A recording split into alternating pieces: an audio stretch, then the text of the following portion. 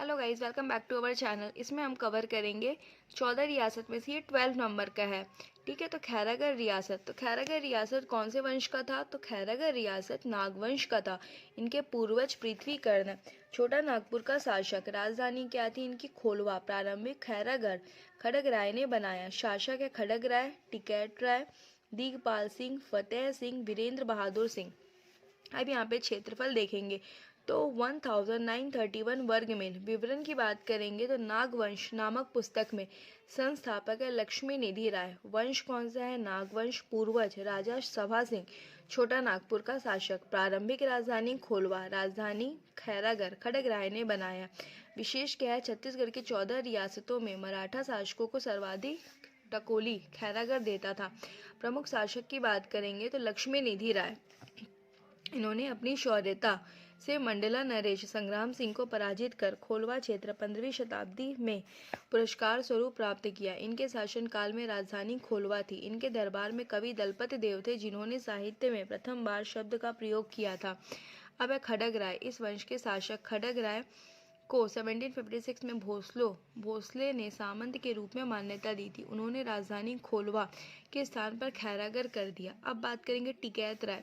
इसके शासनकाल में 1818 में डोंगरगढ़ जमींदार ने विद्रोह का बिगुल बजा दिया।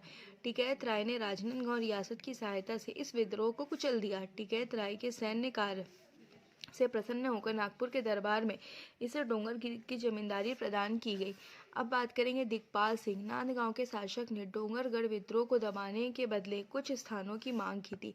दिगपाल सिंह ने उसे छुरिया और सिंगारपुर का कुछ हिस्सा प्रदान किया। अब है लाल फतेह सिंह। इस वंश के शासक लाल फतेह सिंह ने 1857 की क्रांति में अंग्रेजों की सहायता की थी।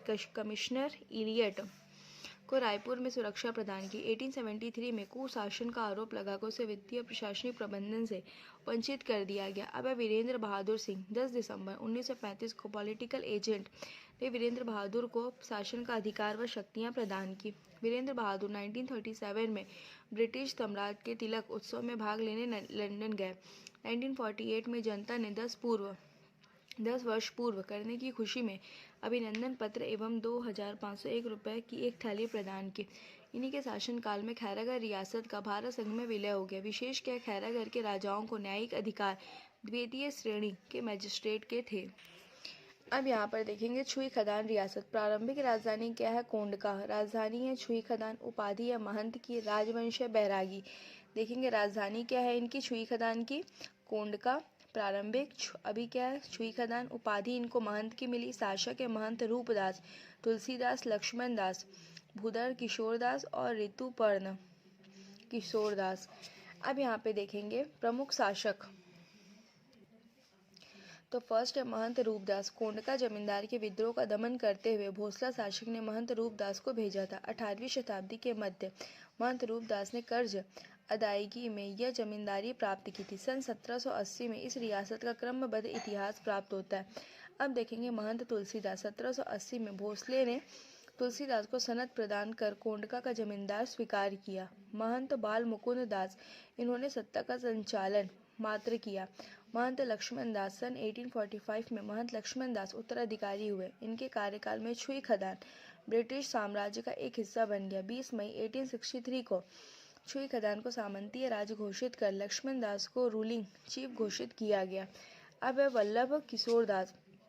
यह स्वतंत्र रूप से शासन नहीं कर पाए। ब्रिटिश सरकार ने शासन के संचालन हेतु नए अधीक्षक को नियुक्त किया था, ऋतुपर्ण किशोर दास। इनके शासनकाल में सन 1947 में छुई खदान रियासत भारत संघ में शामिल कर लिया गया। अब है नोट, इस रियासत में 1939 में लगानबंदी आंदोलन हुआ था। अब बात करेंगे कवर्धा रियासत की।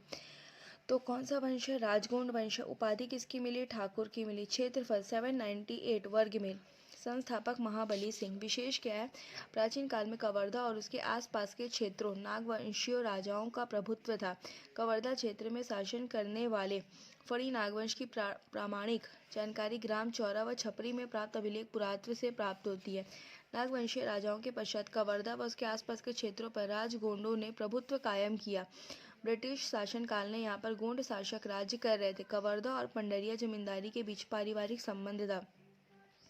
उत्तराधिकारी न होने पर कवर्धा रियासत में पंडरिया जमींदार के छोटे लड़के को गोद लेने की प्रथा थी। अब है प्रमुख शासक। Bahadur Singh viceroy John Lawrence ने सनद प्रदत्त कर सामंतीय शासन में कवर्धा जमींदारी को सामंतीय राजा घोषित किया। ये अल्पवयस्क बालक था। 15 अप्रैल 1932 को ब्रिटिश सरकार ने धर्मराज सिंह को कार्यभार सौंप दिया। इन्हीं के द्वारा कवर्धा महल डिजाइन किया गया था। राज्य विलय के समय धर्मराज सिंह कवर्धा रियासत के शासक थे। अब यहाँ पे देख लेंगे प्रमुख शासक महाबली सिंह, राजा रघुजी, उजियार सिंह, बहादुर सिंह और धर्मराज सिंह। तो ये जो 14 रियासत है हमने पूरा कवर कर लिया, तो ये यहाँ पे कंप्लीट होता है। अब नेक्स्ट वीडियो में न्यू टॉपिक कवर करेंगे। तब तक के लिए थैंक्स फॉर वॉचिंग।